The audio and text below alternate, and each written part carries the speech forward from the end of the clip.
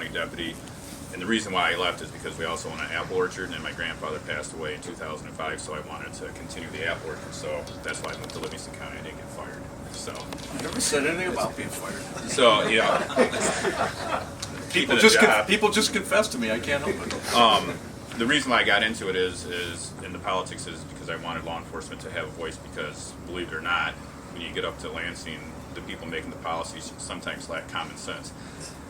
They have philosophies that are good, but then they forget the practicality of it, and I'm dealing with that issue right now this morning.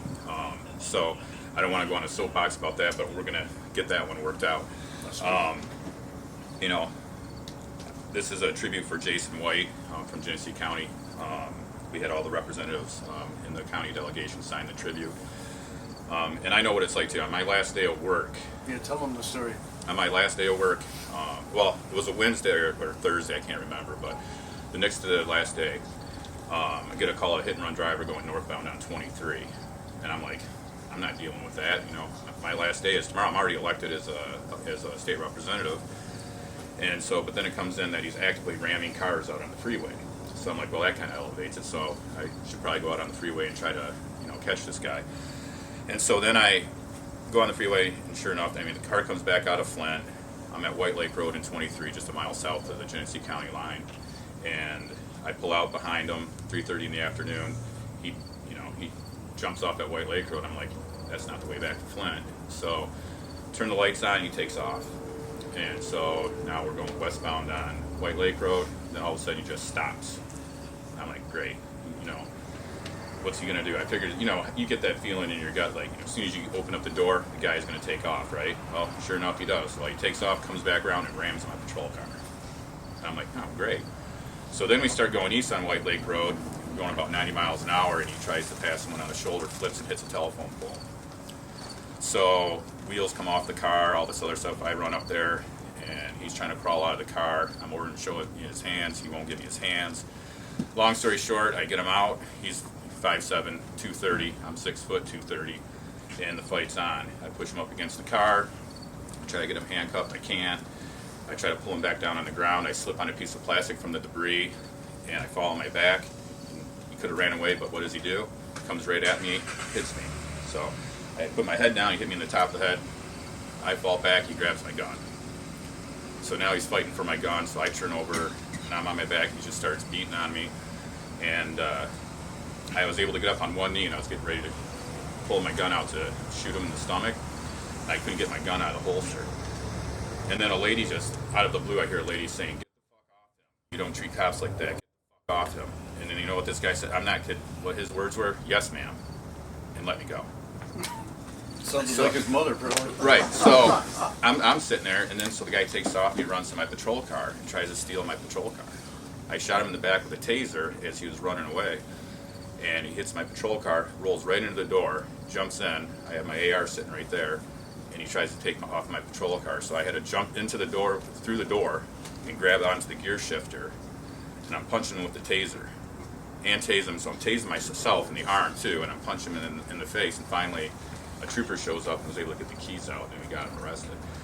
Well, the lady that stopped to help me, her husband's a trooper out of Flint, and so that's why she was saying that. And the ironic thing too is where that accident occurred was a bus stop. 3:15, my son gets off the bus at that bus stop.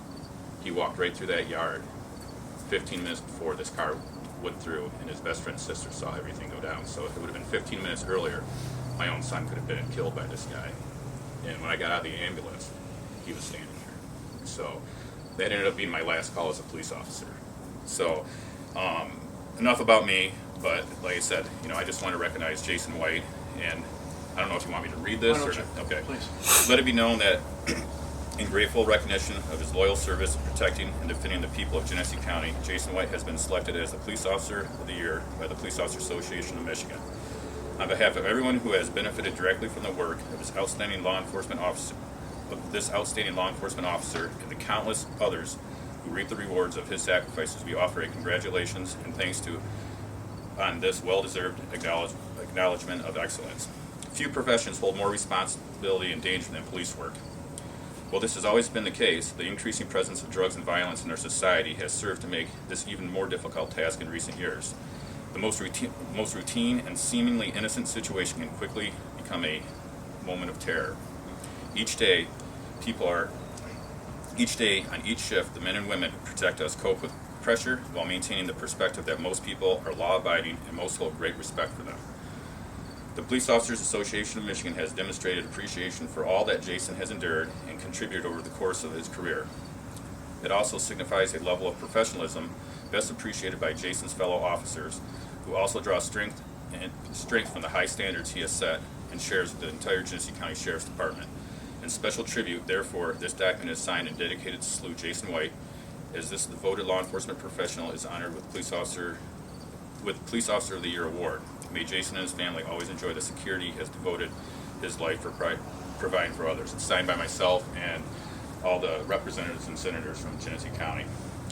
So, on a last note, I'd like to also say that part of the reason why I'm here, came to the legislature, is to also help first responders cope with PTSD. When more police officers either kill themselves than die in the line of duty, we have a problem. And I've had 3 people I've worked with. 2 of them killed themselves, and both of them were my partners. And one tried to kill herself. So it's close to me. And Joe Eberly, he was a Washtenaw County deputy, killed himself last year. His father was a Ypsilanti City police officer, and he had committed suicide when he was young. So, so far, it looks like I have a couple $1 million in the budget that I've secured to help develop some type of program for police officers to reach out, because you have to reach out to get help. You can lead a horse to water, but you can't make it drink. But if you lead that horse to water, you better have the resources there to help them, because I was diagnosed with PTSD in 2010, and I almost committed suicide. I was in a shooting in 2009, and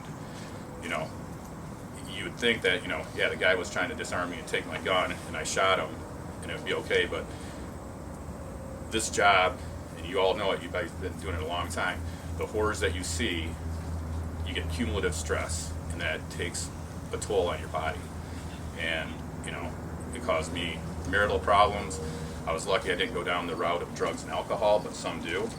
And we need to make sure that we protect ourselves, and we make it sure that it's okay to ask for help, but the help has to be there for you. So I've been working on that for 2 years, and I think I have a couple $1 million secured for that. And myself, POAM, the firefighters, it's for all first responders that have been working on this for the last 2 years. So I just want to throw that out there as well.